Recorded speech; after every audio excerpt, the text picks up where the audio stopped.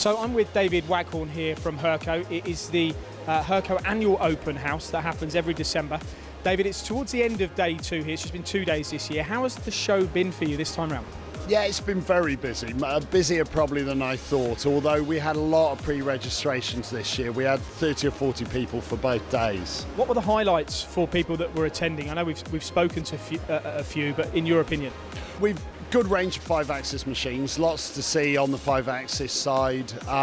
The new software, the solid model import, has been a big hit. We've had a lot of customers coming in wanting demonstrations on that side. But there's been some nice deals as well. We're doing a special deal on the BX50 and the VMX50.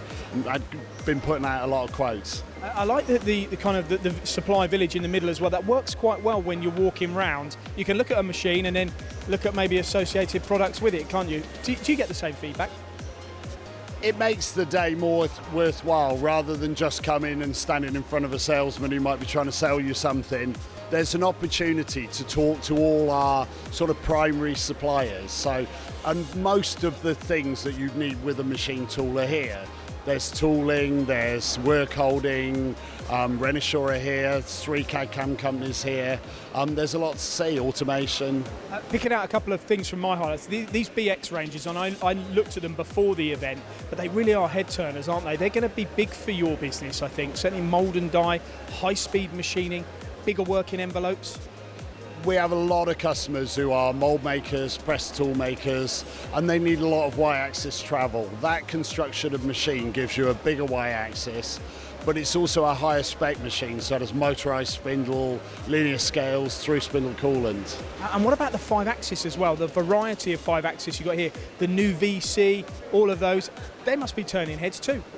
We're finding we're selling more and more 5-axis. Probably the flagship machine is the SRT with the torque motor on the B and the C axis.